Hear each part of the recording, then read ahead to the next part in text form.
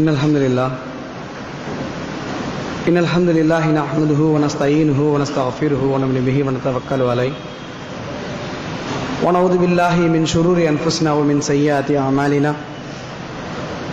من يهده الله فلا مضل له ومن يضلل فلا هادي له وأشهد أن لا إله إلا الله وحده لا شريك له وأشهد أن محمدا عبده ورسوله أما بعد يا أيها الناس اتقوا ربكم الذي خلق من نفس واحدة خلق منها زوجها وبث منهما رجالا كثيرا ونساء واتقوا الله الذي تساءلون به والأرحام إن الله كان عليكم رقيبا يا أيها الذين آمنوا اتقوا الله حق تقاته ولا تموتن إلا وأنتم مسلمون.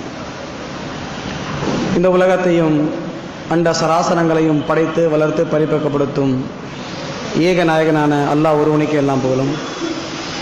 மேலும் எம்பெருமானார் நபிகள் நாயகம் ஸல்லல்லாஹு அலைஹி வஸல்லம் அவர்கள் மீதும் அவர்களை பின்பற்றி வாழ்ந்த சத்திய சஹாபாக்கள் மீதும் சஹாபிய பெண்மணிகள் மீதும் மேலும் இங்கு அமர்ந்திருக்கின்ற நம் அனைவரின் மீதும் அந்த ஏக இறைவனின் சாந்தியும் சமாதானமும் வற்றா பெருங்கருணையும் என்றென்றும் நின்று நிறுத்துமாக. அல்லாஹ்வின் நல்லடியார்களே, இஸ்லாமிய சகோதரர்களே, ஒவ்வொரு வாரமும் நடக்கக்கூடிய இந்த பயானிலே நாம் இங்கே உட்கார்ந்து கேட்கக்கூடிய ஒரு சில விஷயங்கள் நம்முடைய உள்ளத்தை மாற்றும் அளவிற்கு அல்லாஹ் நமக்கு அருள் புரிவானாக. இந்த உலகத்திலே மனிதன் வாழும்போது எதற்காக வாழ்கின்றான், என்ன நோக்கத்திற்காக வாழ்கின்றான் என்று சொன்னால் ஒவ்வொருடைய வாழ்க்கை நோக்கம் வெவ்வேறாக இருக்கின்றது, பல தரப்பட்ட வழிகள் இருக்கின்றது.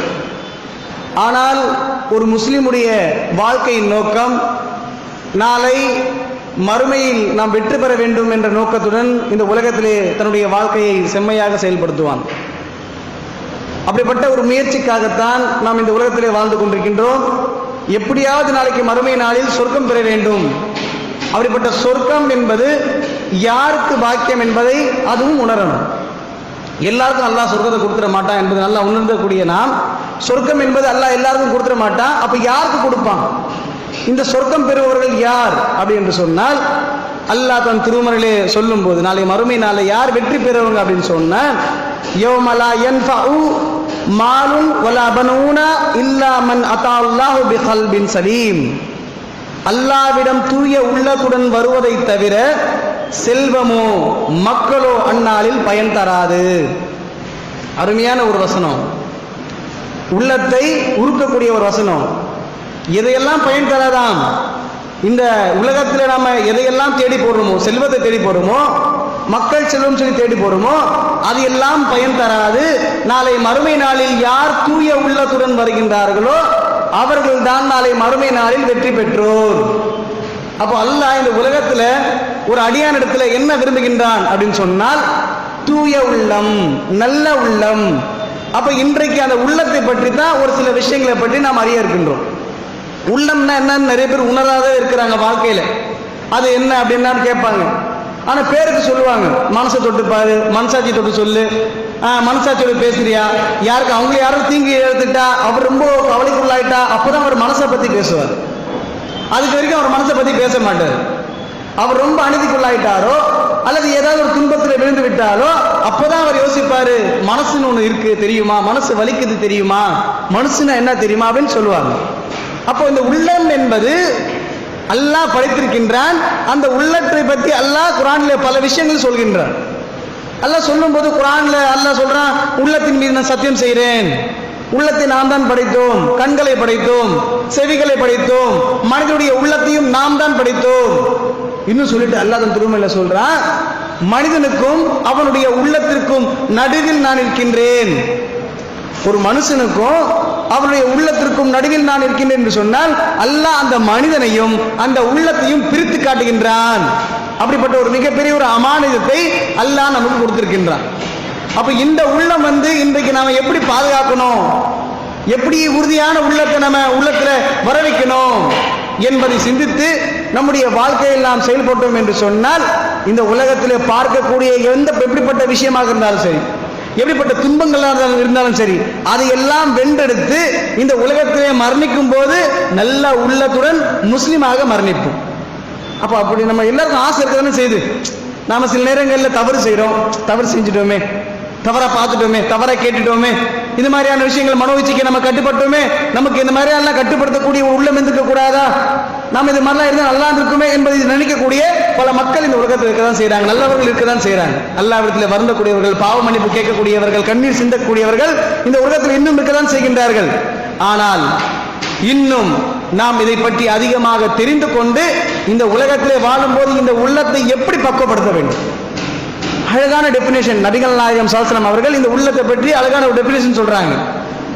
முடிஞ்ச இந்த ஹதீஸை நீங்க ஆழ் மனசுல பதிய வச்சுக்கீங்க, சாவர வரைக்கும் மறக்காதீங்க. சரியான ஒரு ஹதீஸ், உள்ளத்தை பற்றி அருமையா ஒரு சொல்லக்கூடிய ஹதீஸ். நபிகள் நாயகம் ஸல்லல்லாஹு அலைஹி வஸல்லம் சொல்றாங்க, ஒரு உள்ளம் இருக்கு, அது வெண்பாறையை போன்றதாகும் அப்படின்றாங்க.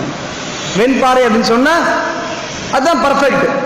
அதுல என்னதான் சோதனை வந்தாலும் அதுக்கு அப்படியே நிலையா நிற்கும், யாரும் அசைக்க முடியாது.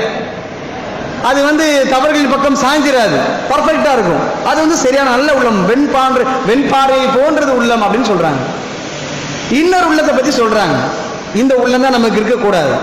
அப்படி அந்த உள்ளம் இருந்தா நாளை மறுமை நாளில் நம்முடைய வாழ்க்கை கேள்விக்குறியாக மாறிவிடும். எப்படிப்பட்ட உள்ளம் சொல்றாங்க, ஒரு உள்ளம் இருக்கின்றது, அதுல பாதி வெண்மையும் பாதி கருப்பும், நன்மையும் இருக்கு தீமையும் இருக்கு, கரும்புள்ளிகள் சேர்ந்தது. அந்த உள்ளம் எப்படி இருக்கா, பாதி நன்மை பாதி தீமை, பாதி வெண்மையா இருக்கு பாதி கருப்பா இருக்கு, நன்மையா இருக்கு தீமையா இருக்கு. தொழுவாரு, நோன்பு வைப்பாரு, ஜகாத் கொடுப்பாரு, நன்மையான காரியம் செய்வார், அதே நேரத்தில் மறைவான இடங்களில் தவறும் செய்வார், தப்பும் செய்வார், எல்லா விதமான இருக்கும். கேட்ட மறுபடியும் அல்லாஹ் இருக்கா, ரசூல் இருக்காங்க, எல்லாம் மார்க்கம் இஸ்லாம் தான், ஆனால் மறுபடியும் தவறும், அது எனக்குள்ளது, அது என்னுடைய மனோவிச்சை என்றது போல வாழ்ந்து கொண்டிருப்பார்கள். இந்த உள்ளத்திற்கு நபிகள் நாயகம் ஸல்லல்லாஹு அலைஹி வஸல்லம் சொல்றாங்க, இந்த உள்ளம் எப்படிப்பட்ட உள்ளம் தெரியுமா, கவிழ்க்கப்பட்ட கூஜாவை போன்றது அப்படின்றாங்க. எப்படிப்பட்ட ஒரு உதாரணம் பாருங்க, கவிழ்க்கப்பட்ட கூஜாவை போன்றது. கவிழ்க்கப்பட்ட கூஜாவை போன்றது அப்படின்னு சொன்னா, ஒரு கூஜால தண்ணி இருக்கு அல்லது ஒரு டம்ளர்ல தண்ணி இருக்கு, அது ஏதோ ஒரு பொருள் இருக்கு, அதை நாம் கவிழ்த்து விட்டால், குப்புற படுத்து போட்டு விட்டால் என்ன ஆகும், உள்ள ஒண்ணுமே இருக்காது, காலியா இருக்கும். அப்ப எதற்குமே பயன் தராதுதான் இது. இந்த உள்ள இருக்கு, எதுக்குமே பயன் தராது. நன்மையும் இருக்கு தீமையும் இருக்குன்னா, சில பேர் சொல்லுவாங்களே, எல்லாம் தவறு செஞ்சுட்டு எல்லாம் என் மனசை பத்தி அல்லாஹ்க்கு தெரியும். நல்லா தெரியுமா அல்லாஹ்க்கு? தவறு செஞ்சு அல்லாஹ்க்கு தெரியும்னா அப்ப அல்லாஹ் என்ன அப்படியே எழுதுவெல்லாம் ஆக்செப்ட் பண்ணிப்பானா? பார்ப்பான் யார் உள்ளத்துல உறுதியோடு இருக்கிறார், யார் உள்ளத்துல பாவங்கள் சேர்க்காம இருக்கிறார், யார் தன்னுடைய உள்ளத்தை இந்த உலகத்துல பாதுகாத்துக் கொண்டிருக்கிறார், அல்லாஹ் பார்க்க மாட்டானா? அப்போ நபிகள் நாயகம் ஸல்லல்லாஹு அலைஹி வஸல்லம் சொல்லக்கூடிய விஷயங்கள் என்ன அப்படின்னு பார்த்தா, எதற்குமே பயன் தராது. ஒண்ணு, ஓரளவுக்கு 85% நன்மை 50% தீமை இருக்கு, அது நாளடைவுல போயிடும் சொன்னா பரவாயில்ல. முழுக்க 50% இருந்தா, ஒரு மொபைல் தாங்குதா, ஒரு மொபைல்ல வைரஸ் இருந்தா 50% மொபைல் தாங்குமா? ஹேங் ஆகும், ப்ராப்ளம் பண்ணும். அப்போ இந்த உள்ளம் என்பது எப்படிப்பட்ட ஒரு விஷயம், நன்மையை நாடி போக முடியுமா, நன்மையை செய்ய முடியுமா? நல்ல ஒரு விஷயம் கவனம் வைத்துக் கொள்ளணும். இந்த ஹதீஸ்ல நமக்கு கிடைக்கக்கூடிய விளக்கங்கள் என்னவென்று பார்த்தால், ஒருவனுடைய உள்ளத்தில் அதிகமான மனோ இச்சைகள், கசடுகள், சபலங்கள், கெட்ட விஷயங்கள் எங்கே புதைந்திருக்குமோ, எங்கே அமிழ்ந்து கிடக்குமோ, கண்டிப்பாக அவன் நன்மை செய்ய முடியாது. அவனால பேருக்கு அவன் தொழுதாலும் நன்மையான காரியங்கள் அவனால் ஈடுபட முடியாது. நல்ல ஒரு பன்மையோடு தன்னுடைய உள்ளத்தை ஒருமுகப்படுத்த முடியாது. ஏன்? உள்ளத்துல நிறைய அமிழ்ந்து கிடக்கு, மனோ இச்சைகள் நிறைய அமிழ்ந்து கிடக்கு. ஒரு ட்ராக் பக்கம் வரான், நன்மை செய்யறான், மறுபடியும் இன்னொரு ட்ராக் பக்கம் போறான், அவன் நினைச்சது செய்யறான் அப்படின்னு சொன்னா அவனுடைய உள்ளம் சரியான உள்ளம் இல்லை, அல்லாஹ்வுக்கு பயப்படாத உள்ளம் இல்லை. அது அல்லாஹ்வுக்கு பயப்படல, நிறுவனமே ஏதோ ஒன்று வாழ்ந்துட்டோம், எதுக்கு ஒன்று இருக்கணும்ன்ற மாதிரி தான் உலகத்தில் வாழ்ந்து கொண்டிருக்கின்றான் தவிர அவன் உள்ளத்தின் மீது தன்னுடைய கவனத்தை செலுத்தவில்லை. அப்படி யார் தன்னுடைய உள்ளத்தின் மீது கவனம் செலுத்தவில்லையோ அவர் மறுமை நாளிலே மிகப்பெரிய ஒரு கேள்விக்குறியாக வந்து நிற்பார். சர்வ சாதாரணமான விஷயம் இல்லை உள்ளம் என்பது. இன்றைக்கு இதுக்கு ஒரு உதாரணம் சொல்றேன் பாருங்க. ஒரு மனிதர் தன்னுடைய வாழ்க்கையிலே நன்மையான காரியங்கள் செய்து கொண்டே இருக்கிறார். பார்க்க நல்ல தொழுகையாளி, இபாதத் செய்யக்கூடியவர், நன்மையான காரியங்கள் செய்யக்கூடியவர், செஞ்சுக்கிட்டே இருக்கிறாரு. இருக்கும். நம்மளாம் பார்க்குறோம், நிறைய நபர்கள்லாம் பார்க்குறாங்க, அல்ஹம்துலில்லாஹ் பரவாயில்லையே, தூரார் நோன்பு வைக்கிறார். திடீர்னு அவருக்கு ஒரு சோதனை, பெரிய சோதனை, பொருளாதாரத்தை பற்றியோ அல்லது பெண்ணை பற்றியோ ஏதோ ஒரு விஷயம், பெருசா ஒரு விஷயம் வந்துருச்சு. கேட்கறவங்க என்ன சொல்லுவாங்க, ஒரு விஷயம் என்ன சொல்லுவாங்க, அவரா சான்ஸே இல்லைங்க, நான் அவரை எவ்வளவு வருஷமா பார்க்கறேன், எத்தனை வருஷமா பார்க்கறேன், அவர் எப்படி செய்வார், இந்த தவறு எப்படி செய்வாரு, முடியாதுங்க, அவர் செஞ்சிருக்க முடியாதுங்க, அவர் நம்ப மாட்டாங்க. அவர் செஞ்சுட்டாருங்க, ஆதாரம் இருக்குங்க, சரி ஓகே செஞ்சுட்டார். ஆனால் இது ஏன் செய்தார், எதுக்கு செய்தார், எந்த காரணத்துக்காக செய்தார் என்று ஆராய்ந்து பார்க்கக்கூடிய ஒரு கட்டத்தில் ஒரு முஸ்லீம் இருக்கிறான். ஏன் சொன்னா இது அவர் ஒரு மனிதனுக்குள்ள பாடம் மட்டும் கிடையாது, உலக மக்கள் அனைவருக்கும் யார் ஈமானை தேடி செல்கின்றார்களோ, யார் இறையச்சத்தின் பக்கம் தேடி செல்கின்றார்களோ அவர்கள் எல்லாம் புரிந்து கொள்ளக்கூடிய பாடம் இது. எப்படிப்பட்ட பாடம் அப்படின்னு சொன்னா, ஒரு மனுஷன் ஒரு தவறு செய்யறான் அப்படின்னு சொன்னா எதர்ச்சியாக நடக்கக்கூடிய ஒரு தவறு இருக்கு. அந்த தவறு பெரிய தவறு விஷயம் கிடையாது, எதர்ச்சியாக நடக்கக்கூடிய ஒரு தவறு. திட்டமிட்ட தவறுகள், திட்டமிட்டு செய்யக்கூடிய தவறுகள் இருக்கு. சொல்லுவாங்களே இல்லையா, சந்தர்ப்பம் கிடைக்காத வரைக்கும் நல்லவன்பா, சந்தர்ப்பம் கிடைச்சிட்டா கெட்டவன். சந்தர்ப்பம் கிடைக்கல அதனால அவர் நல்லவர், சந்தர்ப்பம் கிடைச்சிட்டா முடிஞ்சு போச்சு எல்லாமே கெட்டவங்கன்ற மாதிரி சந்தர்ப்பத்தை பார்த்து வாழக்கூடிய உள்ளமா இருக்கக்கூடாது. இத்தனை வருஷமா இருந்தாரு, ஏன் போய் கெட்டு போயிட்டாரு, ஏன் இந்த மாதிரி காரியத்தை செஞ்சிட்டாரு அப்படின்னு சிந்திக்கும் போது இது இன்றைக்கோ நேற்றோ விதைக்கப்பட்ட விதை அல்ல. உள்ளம் என்பது மிகப்பெரிய ஒரு கிடங்கு. அது என்னைக்குனா ஒரு விஷயத்தை நம்ம போட்டு வச்சுட்டா அது எப்போ வேணாலும் நம்ம நினைச்சு பார்த்து எடுக்கலாம். உண்மையா இல்லையா? 20 வருஷத்துக்கு முன்னாடி பார்த்த ஒரு நண்பரை அவருடைய முகம் தோற்றத்தில் இருந்து நீங்க இந்த ஸ்கூல்ல தானே படிச்ச, உங்களுடைய இந்த பேர் தானே அப்படின்னு சொல்லி கரெக்டா அவரை கண்டுபிடிச்சிடலாம். இது எல்லாருக்கும் இருக்கிற யதார்த்தமான ஒரு ஞாபக சக்தி. அப்படிப்பட்ட ஒரு விஷயம் ஆழ் மனசிலே விதைக்கப்பட்ட ஒரு ஆசை, ஏதோ ஒரு சபலம், ஏதோ ஒரு விஷயம், சந்தர்ப்பம் கிடைக்கல, சரி ஓகே. ஆனால் சந்தர்ப்பத்திற்காக எதிர்பார்த்து கொண்டிருந்தான். நன்மை செஞ்சான், தொழுதான், எல்லாம் செஞ்சான், பயான் செஞ்சான், எல்லாமே செஞ்சான். எல்லாம் செஞ்சுட்டு இருக்கும் போது எந்த ஆழ் மனசிலே விதைக்கப்பட்ட விதையை அவன் தூக்கி எறியாமல் அப்படியே வாழ்ந்து கொண்டிருந்தானோ, அதை பற்றி அவன் கவனம் செலுத்தாமல் இருந்தானோ, அந்த விஷயம் அவனுடைய வாழ்க்கையில் முன்னாடி வரும்போது அந்த தவறை செய்கின்றான். பிறகுதான் அவனுக்கு தெரிகின்றது, ஆஹா ஆரம்பத்தில் இதை நான் கிள்ளி போட்டிருக்கணும், தூக்கி எரிஞ்சிருக்கணும். பார்க்கிறோமா இல்லையா? உள்ளம் என்பது சர்வசாதாரண விஷயம் இல்லைங்க. இதுல நாம என்ன விதைக்கின்றோமோ அதுதான் வரும், என்ன நம்ம விதை போடுறோமோ அதுதான் முளைக்கும்.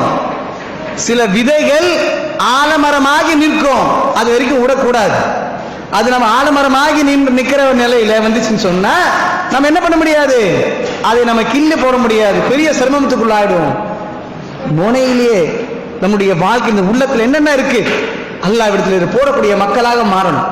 நினைச்சு பாருங்க, எத்தனை பேர் நம்ம அல்லாஹ்விடத்தில் 2 கைகள் ஏந்தி, யா அல்லாஹ் என்னுடைய ஆழ் மனதில் இந்த தவறுகள், இந்த இச்சைகள் எல்லாம் இருக்கு யா அல்லாஹ், இதை என்னால் தவிர்த்து கொள்ள முடியவில்லை யா அல்லாஹ், நீ நாடினால் மாத்திரமே அதை தூக்கி போட முடியும், அதை அழிக்க முடியும் என்பதை எத்தனை பேர் அல்லாஹ்விடத்தில் கேட்டிருக்கோம். நாம யாருக்கும் மனோ இச்சை இல்லைன்னு சொல்ல முடியுமா?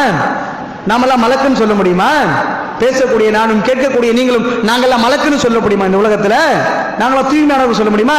எல்லா மனிதர்களுக்கு தவறு இருக்கதான் செய்யும், தவறு இல்லாத மனுஷனே கிடையாது. ஆனால் அதை பார்த்து தன்னுடைய வாழ்க்கையில உணர்ந்து அதை தூக்கி எறியவில்லை என்று சொன்னால் அவன் மனோ இச்சைக்கு அடிமையாகி விடுகின்றான். அல்லாஹ் அதிகமா இந்த மனோ இச்சை பத்தி அழகா சொல்றான். அல்ல இந்த மனிதரை பார்த்தீங்களா, மனோ இச்சை தன்னுடைய கருளாக்கி கொண்ட மனிதரை பார்த்தீங்களா? அல்லாஹ் இவனுக்கு வேணும்னு தான் இவன் வழி கெடுத்தான். ஏன்? மனோ இச்சையை இவன் விட்டு கொடுக்காமல் அதன் மீது மோகம் வைத்து அதன் மீது ஆசை வைத்து செய்த காரணத்தினால இவனுக்கு ஏற்பட்ட கதி என்ன? அந்த தவறின் காரணமாக அந்த பெரிய ஒரு தவறு வைத்து அவன் ஈமானை இழக்கின்றான், இறையச்சத்தை இழக்கின்றான். கடைசியாக போகக்கூடிய இடம் எதுவா இருக்கும்? நரகமாக மாறிவிடும். ஆகையினாலே நாம் நம்முடைய உள்ளத்தை பாதுகாத்து கொண்டு இந்த உலகத்தில் வாழும் போது சரியான உண்மையான நல்ல ஒரு முஸ்லிமாக வாழ்ந்து முஸ்லிமாக மரணிக்கக்கூடிய அந்த முயற்சியை மேற்கொள்ள வேண்டும். அல்லாஹ் பலமுறை இந்த உள்ளத்தை பற்றி பேசும்போது அடியார்களை பற்றி அல்லாஹ் அறிவான் இல்லையா? அல்லாஹ்க்கு தெரியும், அடியானை பற்றி அல்லாஹ்க்கு நல்லா தெரியும். அல்லாஹ் அந்த அடியானுக்கு அவகாசம் தரான். எப்படிப்பட்ட அவகாசம் தரான் அப்படின்னு சொன்னா, அல்லாஹ் சொல்றான், திருந்தி பேணி நடந்து மறைவில் அளவற்ற அருளானுக்கு அஞ்சி உலகத்தில் செஞ்ச தவறுக்காக திரிந்து கரெக்டான விஷயத்தில் அல்லாஹ்வுக்கு அவன் பயந்து பேணி நடந்து மறைவில் அருளற்ற அருளானுக்கு அஞ்சி தூய உள்ளத்துடன் ஒவ்வொருவருக்கும் வாக்களிக்கப்பட்டது இதுவே. நாளைக்கு மறுமை நாளில் யார் இந்த உலகத்தில் வாழும் போதே தன்னை திருத்தி கொண்டு சரியான முறையில் வாழ்ந்து மரணிப்பார்களோ அல்லாஹ் நாளைக்கு மறுமை நாளில் கொடுக்கக்கூடியவர்களுக்கு சொர்க்கம் தருகின்றான் என்பதை அல்லாஹ் தன் திருமலை அழகிய முறையில் சொல்றான். சொர்க்கம் தரேன், இந்த உலகத்தில் வாழும்போது உங்களை நீங்கள் தெரிந்து கொள்ளுங்கள், அப்படிப்பட்ட ஒரு வாழ்க்கை நீங்கள் மேற்கொள்ளுங்கள். அப்படி வந்தீங்கன்னா நாளைக்கு மறுமை நாளில் உங்களுக்கு சொர்க்கம் கிடைக்கும் என்பதை அல்லாஹ் அழகிய முறையில் நமக்கு உபசிக்கிறான். ஆக இஸ்லாமிய சகோதரர்களே, நண்பர்களே, இந்த உலகத்தில் நாம் ஏனோ தானோ என்று வாழாமல் இந்த உலகத்திலே நாம் சரி செய்யக்கூடிய மிக முக்கிய விஷயம் உள்ளம்தான் என்று புரிந்து கொள்ள வேண்டும். முழு குரானும் முழு நபிமொழியும் நமக்கு சாறு பிழிந்து கொடுக்கக்கூடிய ஒரே ஒரு சாராம்சம், ஒரே ஒரு விஷயம் என்னவென்று கேட்டால் உள்ளத்தை சரி செய்து கொள்வதை பற்றித்தான். உள்ளத்தை சரியான முறையிலே அல்லாஹ்வை நம்பிக்கை கொள்ளக்கூடிய விஷயங்களை உறுதிப்படக்கூடிய எல்லா விஷயங்களும் குர்ஆன் ஹதீஸ்ல சொல்லக்கூடிய இந்த சாராம்சங்கள் தான். அப்போ அப்படிப்பட்ட ஒரு விஷயத்தை நாம் மேற்கொண்டு இந்த உலகத்திலே வாழும்போது சரியான நன்மையான காரியங்கள் செய்து அல்லாஹ்விற்காகவே வாழ்ந்து அல்லாஹ்விற்காகவே மரணிக்கக்கூடிய பாக்கியத்தை வல்லல்லாஹ் உங்களுக்கும் எனக்கும் ஆக்கி அருள் புரிவாக என்று கூறிக்கொண்டு என்னுடைய உரையை நிறைவு செய்கிறேன்.